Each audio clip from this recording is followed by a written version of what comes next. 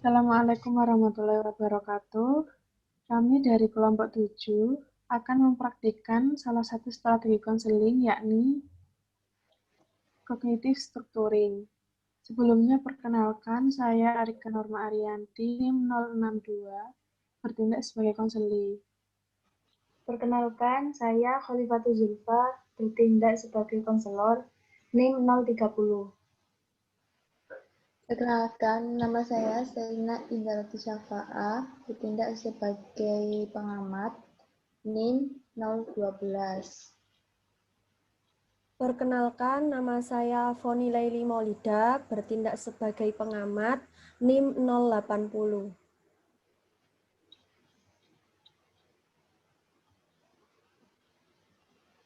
Kelompok 7 sudah siap ya? Dipersilahkan untuk pengamat memut mic-nya.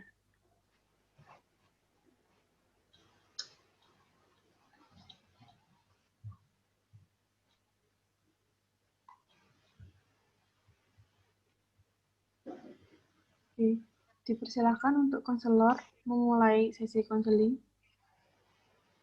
Baik, terima kasih Mbak Moderator. Saya akan memulai konseling cognitive restructuring pada malam hari ini. Selamat malam Mbak Rika. Iya, selamat malam Bu Khalifa. Bagaimana kabar hari ini Mbak? Alhamdulillah Bu. Ya, baik. Bu Khalifa sendiri bagaimana? Alhamdulillah baik juga. Sedang ada kesibukan apa sekarang Mbak? Ya, sedang sibuk ngurusin tugas sih Bu. Ini tadi aja saya barusan juga habis meeting sama kelompok untuk menyampaikan beberapa tugas kelompok gitu. Oh, seperti itu ya. Sekolahnya sekarang online ya Mbak? Iya. Iya Bu, Penyesuaiannya, online. penyesuaiannya bagaimana Mbak Rika? Ya,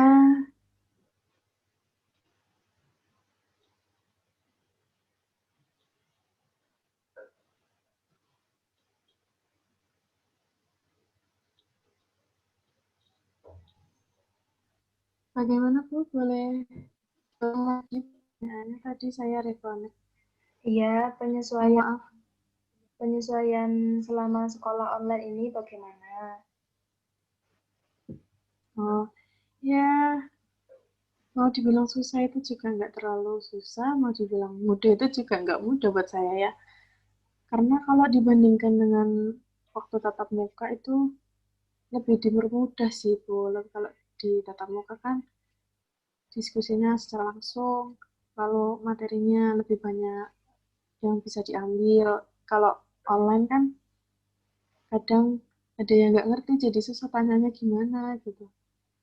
Belum lagi tugas-tugasnya juga yang udah semakin numpuk.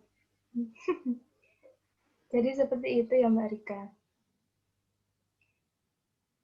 Iya, Ngomong-ngomong hari ini pertemuan kedua ya Mbak?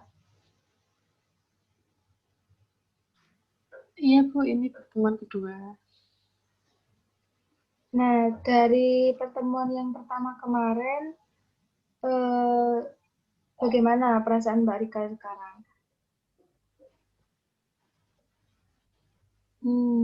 Kalau dari yang kemarin itu sih ada sedikit lega ya Bu, karena udah sedikit bisa menceritakan masalah saya.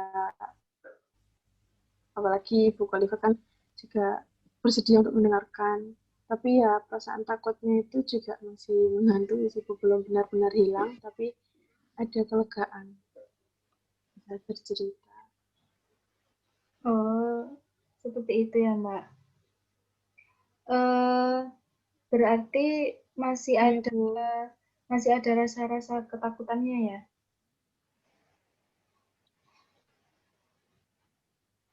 ini masih jadi beban pikiran sih Bu. Oh, sampai jadi beban pikiran ya? Iya, kadang juga sampai kayak bikin nggak mood gitu seharian. Hmm, eh, perasaan takutnya Mbak Arika ini kira-kira nih ya, kalau dari angka 1 sampai 10 tuh sekarang masih ada di mana? Di posisi mana? Kalau untuk sekarang, ini kan kemarin kan itu ya, saya kan ceritanya permasalahannya itu tentang takut mau ujian. Iya. Nah, kan ini belum terlalu dekat ujian itu masih kayak 5 sih, Bu. Tapi kalau di sebelumnya itu kalau sudah mendekati berapa hari gitu, itu udah jadi 7 atau bahkan 8 rasa takutnya itu. Lumayan sekali ya Mbak Arika.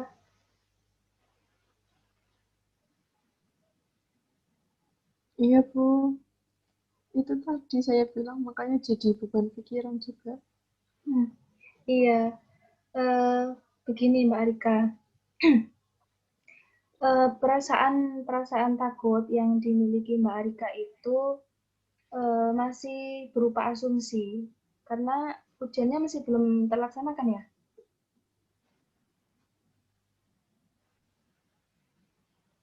Enggak, belum. Nah, jadi itu karena itu kan masih berupa asumsi ya, asumsi yang muncul dari diri Mbak Arika karena takut takut untuk tidak lulus ujian ya tadi katanya.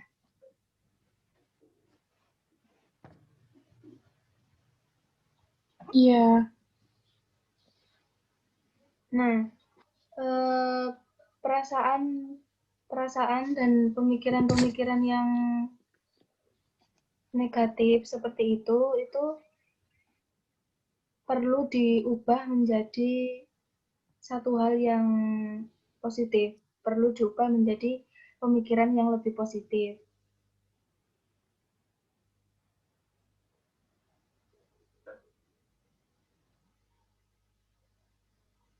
oh jadi kayak biar nggak berdampak negatif gitu ya, Bu. Nah, iya benar sekali Mbak Kayak Arika. misalnya kan dia jadi nggak mood gitu. Jadi beban pikiran. Oh, ya. Iya, benar sekali Mbak. Nah, Itu gimana, Bu, biar saya mengubah itu tadi? nah, sebelum itu Mbak Arika ingin sesi konseling hari ini butuh berapa lama waktunya? Apa 30 menit cukup? Mungkin 30 menit. Insya Allah cukup, Bu. Ya, insya Allah cukup ya. Kalau begitu, untuk hari ini akan Iya. dilakukan pengubahan pikiran dari pikiran yang negatif menjadi pikiran yang lebih positif, dari keyakinan atau pemikiran-pemikiran yang irasional menjadi rasional. Ini menggunakan cognitive restructuring namanya. Bisa dipahami, Mbak Rika?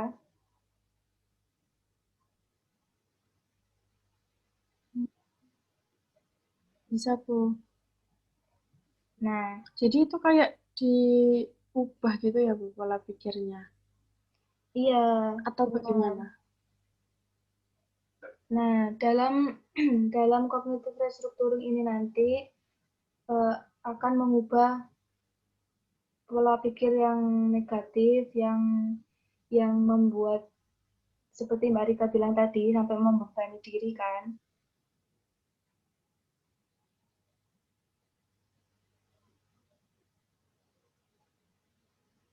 Iya. Nah, itu nanti akan dirubah menjadi pikiran-pikiran yang lebih positif. Jadi itu kayak saya ngubah pikiran saya misalnya,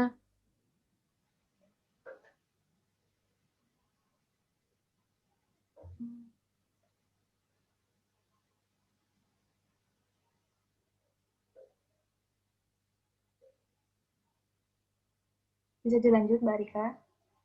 Jadi ada perubahan di situ ya, Bu? Iya. Iya, monggo, Bu. Jadi, eh, dalam konseling kognitif restrukturing, Kan ini ya, Bu, ketakutan saya akan mau menghadapi ujian itu,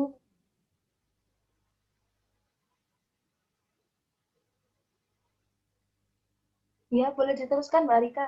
Silakan.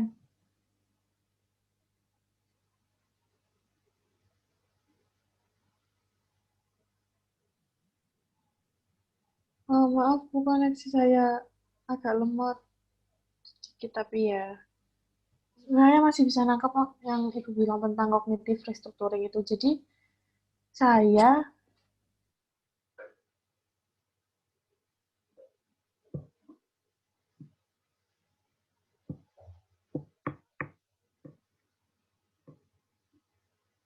Bu, kali saya katakan tadi, untuk mengubah pola pikir dari yang negatif ke positif itu seperti saya mengubah kalau kalau ujian itu nggak bikin takut ya, Bu.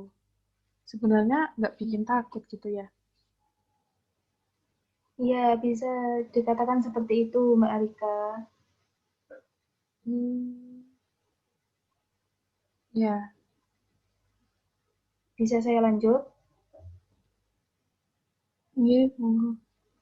Jadi ini dalam konseling kognitif restrukturing ini nanti akan diawali penyampaian mengenai CR itu. Ini singkatannya CR ya Mbak Rika, kognitif restrukturing itu seperti apa, lalu tujuannya untuk apa, lalu bagaimana prosedur atau langkah-langkahnya seperti apa. Seperti itu Mbak Rika. Oh, baik, saya mengerti, Bu. Nah, bisa apa Mbak Rika sudah siap? Insya Allah sudah siap. Baik. Dari pertemuan yang pertama kemarin, eh, kan Mbak Rika merasa takut untuk menghadapi ujian karena takut tidak lulus ya. Iya, Bu. Nah, kalau saya boleh tahu, apa sih yang membuat Mbak Rika itu takut, merasa takut untuk tidak lulus itu?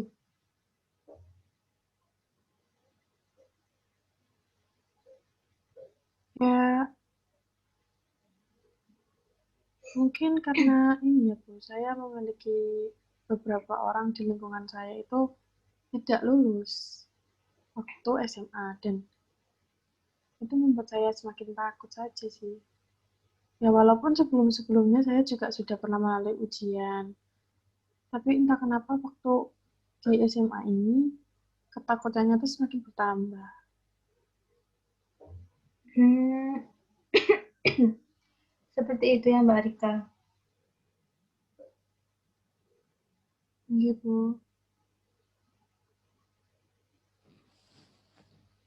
Begini Mbak Rika, Mbak Rika pernah dengar tidak sebelumnya kalau pemikiran-pemikiran yang kita ciptakan, yang kita timbulkan itu bisa berpengaruh pada perilaku kita?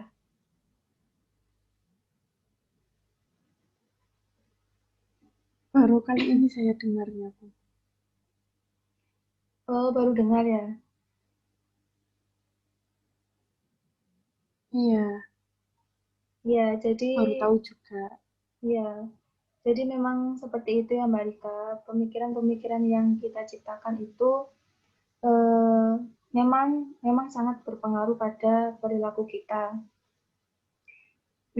Saya ambil contoh ini ya. Mbak Rika dulu pernah Iya. belajar naik itu tidak naik sepeda kecil yang rodanya 4.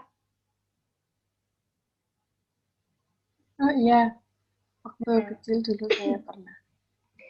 nah awalnya kita kan belajar dari sepeda roda 4 itu kan.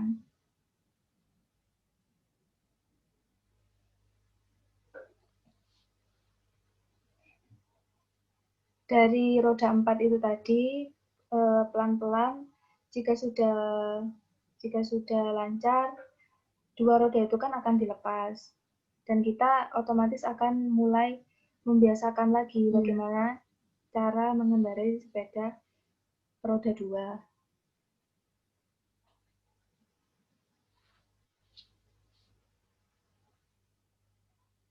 Nah, jadi itu kayak sebuah proses gitu ya, Bu?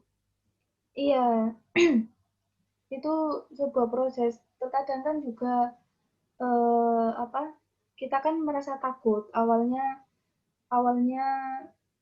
takut jatuh, takut takut nabrak atau takut gimana.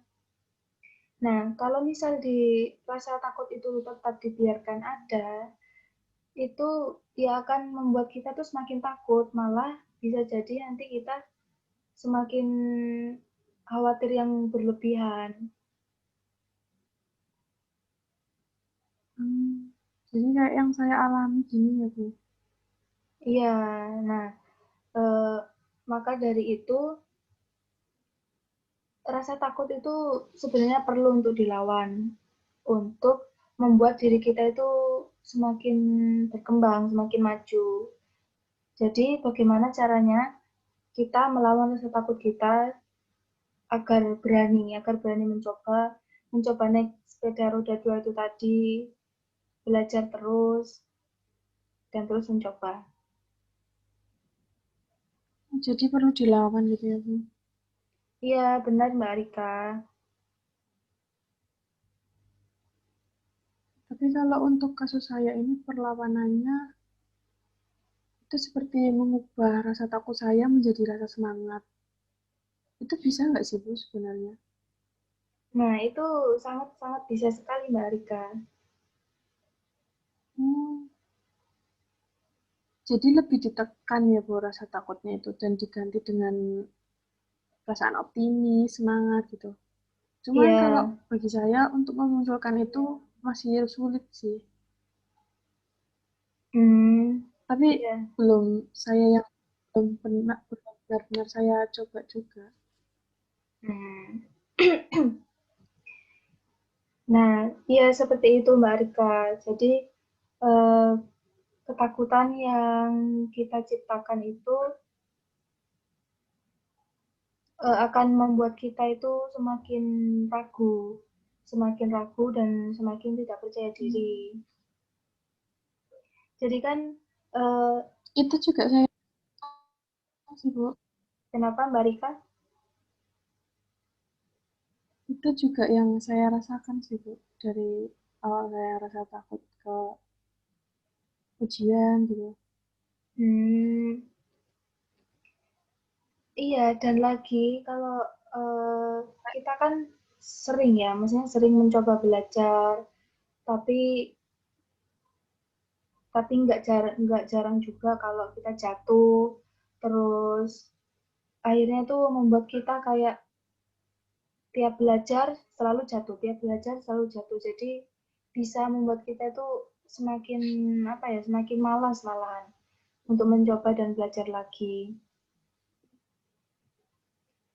Tapi Mbak Rika, ya. Ya, mau dilanjut, Bu. Nah, Mbak Rika pernah dengar nggak kalau usaha itu tidak pernah mengkhianati hasil? Pernah. Nah, jadi orang yang terus menerus belajar, terus menerus mencoba itu pasti akan menemukan apa yang dia tuju.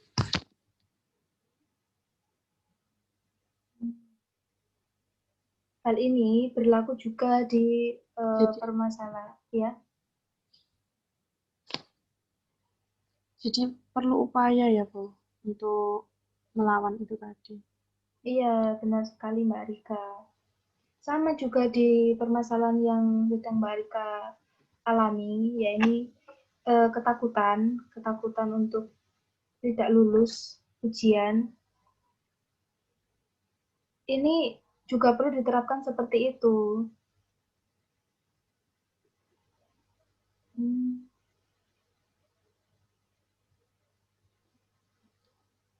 Kalau yang saya tangkap itu misalnya kayak ketika saya menghadapi ujian itu lebih banyak meningkatkan motivasi untuk semangat gitu.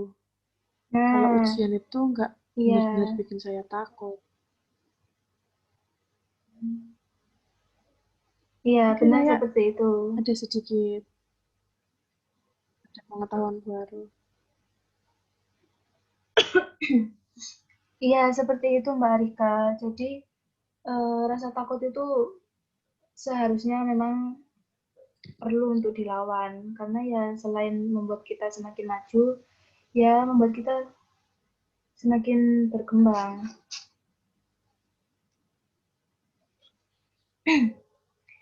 Jadi, untuk melawan rasa takut yang Mbak Rika punya itu perlu ditanamkan pemikiran-pemikiran yang positif. Perumpamaannya ini seperti api yang harus dipadamkan dengan air. Kalau apinya dibiarkan terus-menerus berkobar, itu kan akan menghanguskan semuanya kan. Iya. Nah, maka dari itu untuk menghentikan kobaran api ini perlu sesuatu yang menjadi air.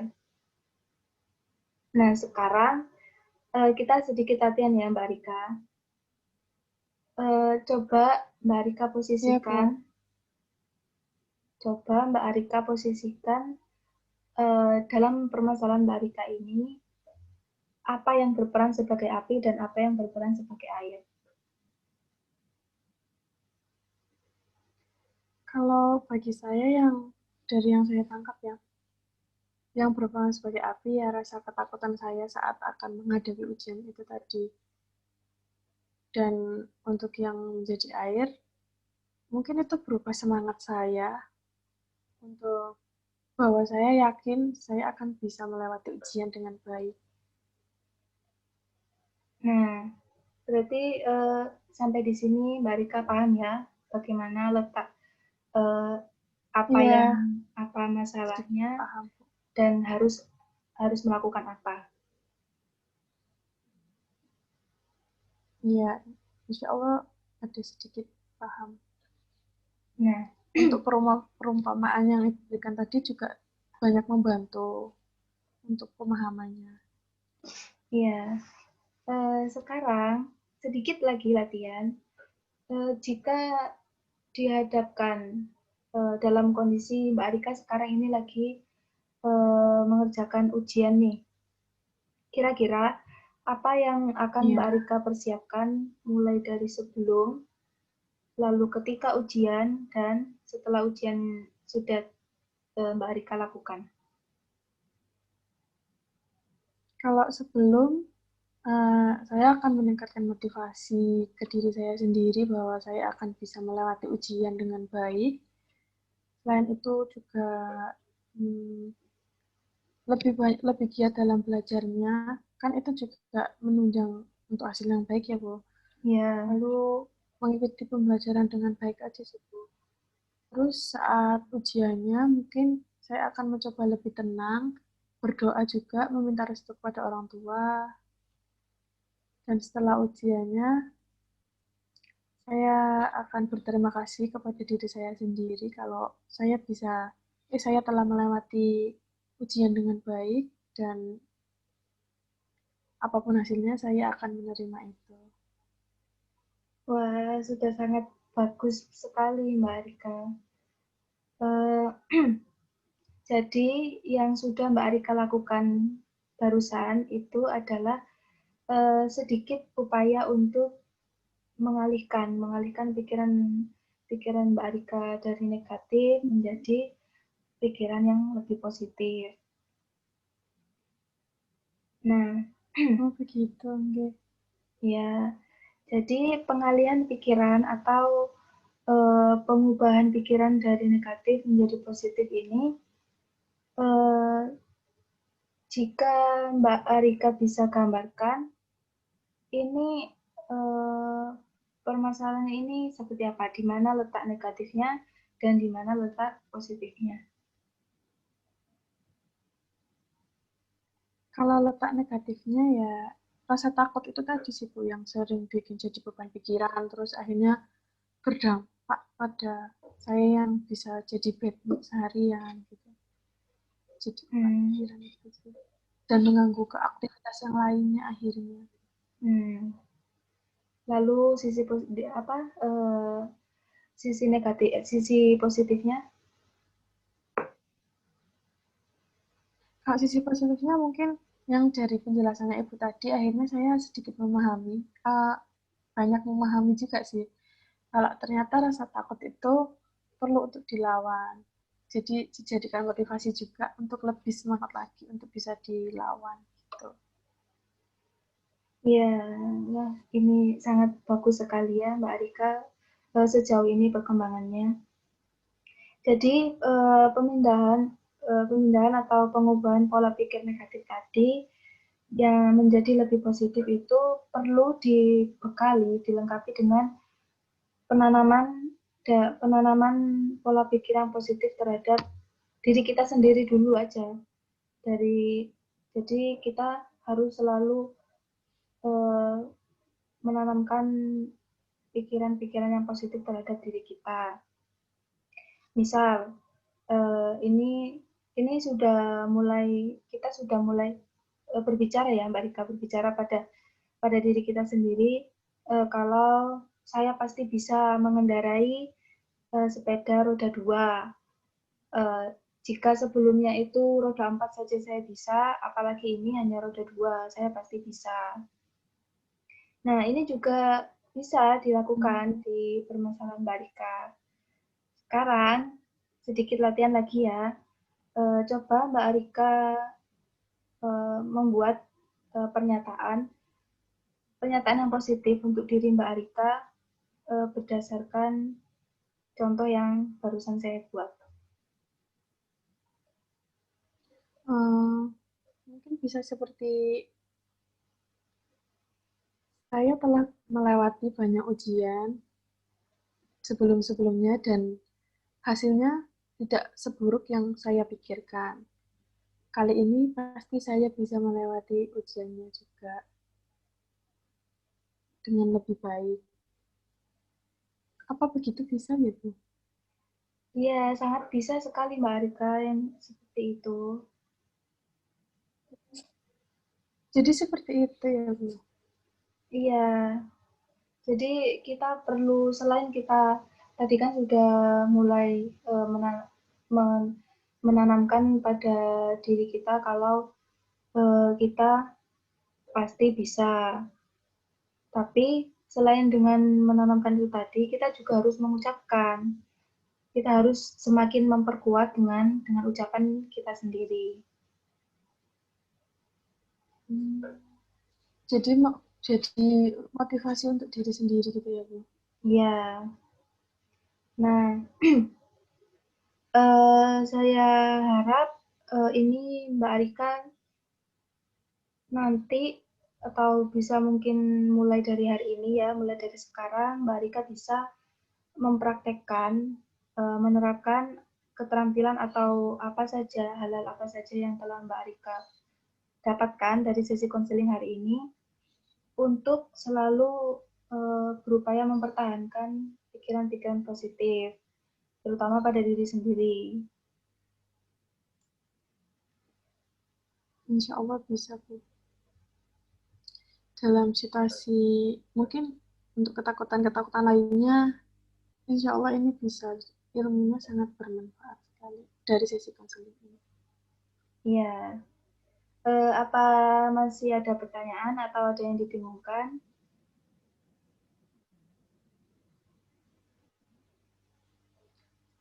Insya Allah tidak. Sudah paham?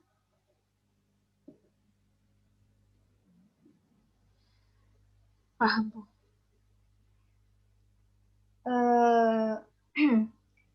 Kalau boleh saya tahu, dibanding dengan saat sebelum konseling ini tadi, bagaimana perasaan Mbak Rika? lebih tenang juga sih Bu. Juga, oh akhirnya ternyata ujian itu bukan hal yang menakutkan kalau saya saja bisa percaya sama diri saya sendiri. Iya.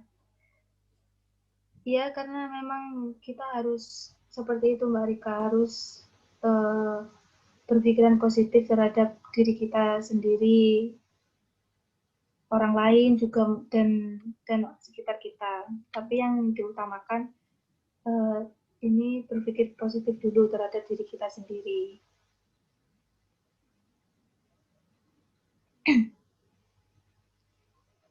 Kalau begitu, apakah sudah cukup?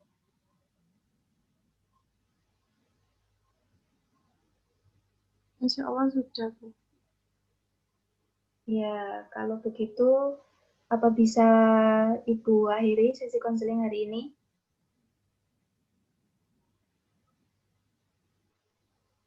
Bisa. Terima kasih Bu Khalifa. Iya, sama-sama Mbak Rika. Semoga apa yang saya sampaikan tadi juga bisa bermanfaat buat Mbak Rika. Tetap jaga kesehatan, jangan lupa taati protokol kesehatan ya. Amin. Bu Khalifa juga jaga kesehatan dan semoga semua keluarganya sehat. Amin, Terima amin. kasih banyak Bu, ilmunya sangat bermanfaat. Iya, sama-sama Mbak Rika. Kalau begitu, saya akhiri ya sesi konseling hari ini. Iya. Iya Bu. Ya, selamat malam Mbak Rika. Selamat malam. Assalamualaikum. Demikian sesi konseling dari Waalaikumsalam warahmatullahi wabarakatuh. Demikian sesi konseling dari kelompok 7. Dipersilakan kepada pengamat untuk menyampaikan hasil pengamatannya.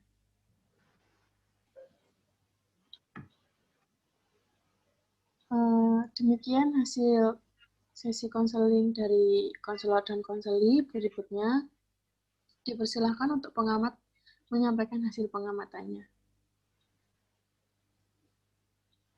Baik, terima kasih atas waktunya. Saya sebagai salah satu pengamat akan membacakan hasil pengamatan saya. Dari prosedur langkah-langkah strategi kognitif restructuring sendiri, rasional strategi yang diberikan oleh konselor kepada konseli yang memberikan penjelasan pikiran negatif dan pikiran positif telah dilakukan dengan baik. Untuk identifikasi pikiran-pikiran negatif konseli dan mendeskripsikannya telah dilakukan oleh konselor kepada konseli, dan untuk pengenalan dan praktek pikiran positifnya telah dilakukan cukup baik oleh konselor kepada konseli.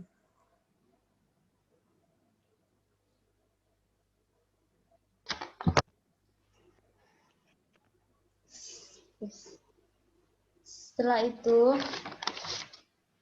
selanjutnya yaitu pindah dari pikiran-pikiran negatif ke coping talks atau JV.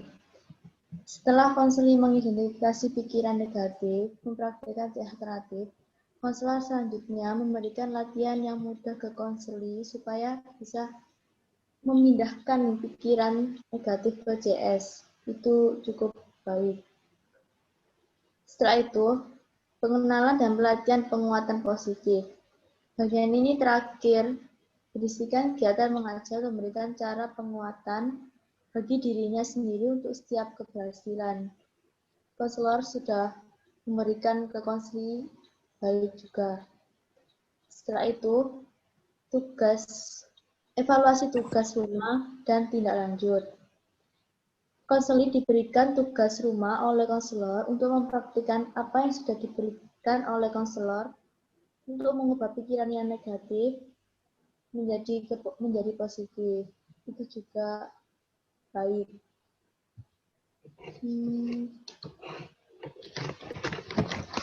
Bentar. Oh.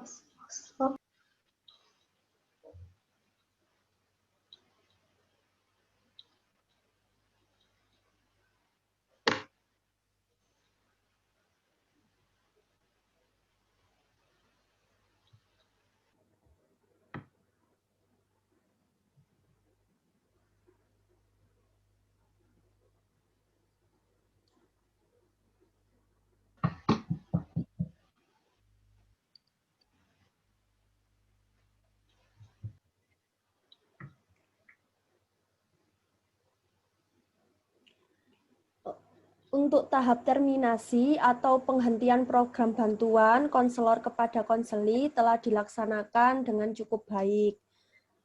Baik, terima kasih. Hasil pemaparan dari hasil pengamatan kami. Selanjutnya saya kembalikan kepada moderator. Terima kasih kepada pengamat telah menyampaikan hasil pengamatannya. Mari kita tutup saja langsung. Sekian praktek konseling, yakni strategi konseling cognitive structuring. Apabila ada salah kata atau salah dalam prosesnya, kami mohon maaf, mohon bimbingannya juga dari Bapak Ibu dosen. Semoga Bapak Ibu dosen juga tidak bosan melihat wajah kami untuk pertemuan-pertemuan berikutnya. Sekian, wassalamualaikum warahmatullahi wabarakatuh. Dan terima kasih kepada teman-teman kelompok 7.